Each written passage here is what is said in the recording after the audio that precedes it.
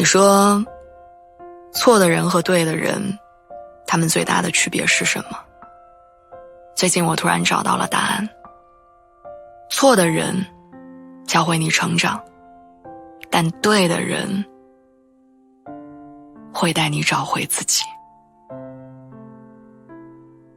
我有时候会觉得，人好像越长大就越不懂得我们该要如何好好爱自己。我们学会了爱他人，但却忘了自己是什么。就好像你明明在一段感情当中受尽委屈，却因为害怕失去而选择一忍再忍。明明自己也很忙，但是为了维护好所谓的社交关系，你不敢轻易拒绝任何人。明明自己非常热爱美食，但是为了别人眼中所谓的完美身材，你逼自己吃下难以下咽的减肥餐。于是表面上我们爱情甜美，朋友很多，身材热辣，但是在别人看不到的地方，你偷偷哭过多少次，只有你自己最清楚。你想过反抗吗？你想要逃避吗？你努力过要尝试改变吗？最近热播的一部电视剧《遇见璀璨的你》当中，由陈乔恩饰演的女主角独孤若男，虽然表面上是一个杀伐果断的女强人，但私下里也是一个会为了爱而迷失自我的人。明明是被前男友劈腿，但是为了不破坏对方公众人物的形象，所以自己吞下了所有的委屈。甚至多年以后，前男友寄来结婚请柬，全公司都等着看他的笑话，她也选择默默承受一切。闺蜜咽不下这口气，穿上最漂亮的礼服冲到他的家里，要陪他去婚礼现场揭穿那个人的真面目。但独孤若男没有这样做，她只是平静地坐在椅子上，告诉闺蜜说，过去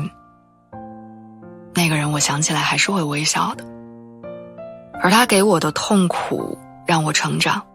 是那些点点滴滴成就了现在的我，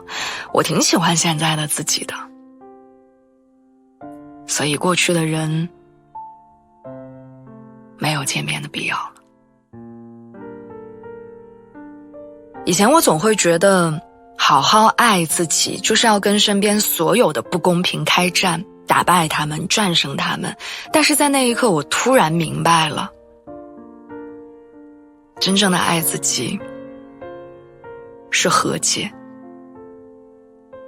是不再斤斤计较。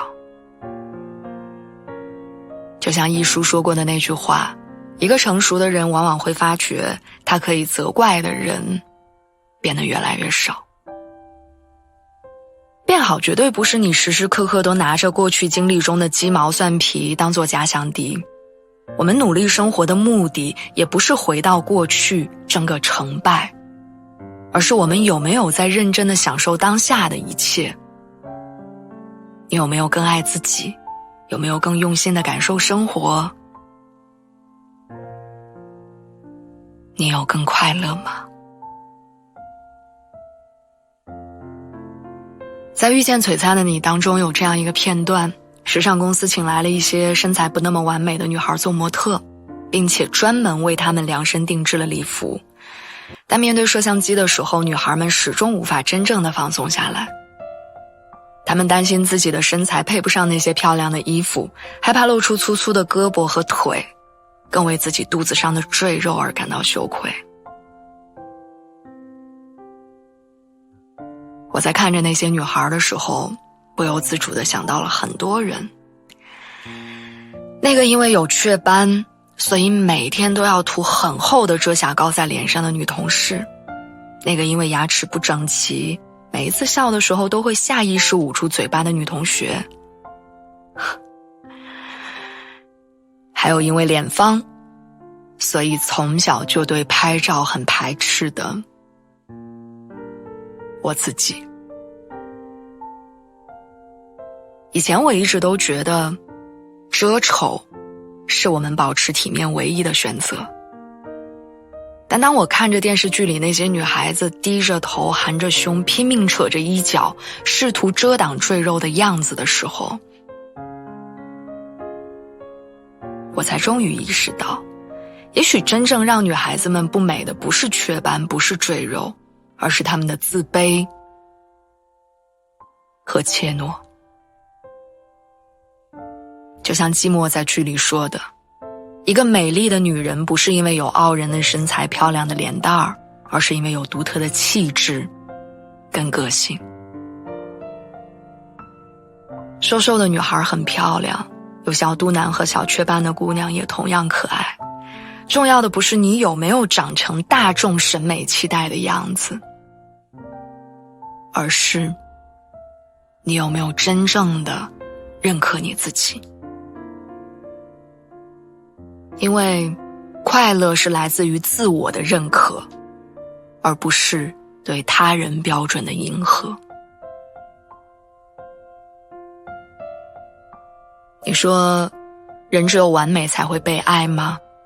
以前我觉得这个答案是肯定的，毕竟人类的本能就是要去靠近那些美丽的东西。但是越来越多的事实让我明白，一个人他真正爱你的时候，他不在乎你是否完美，他只在意你快乐吗？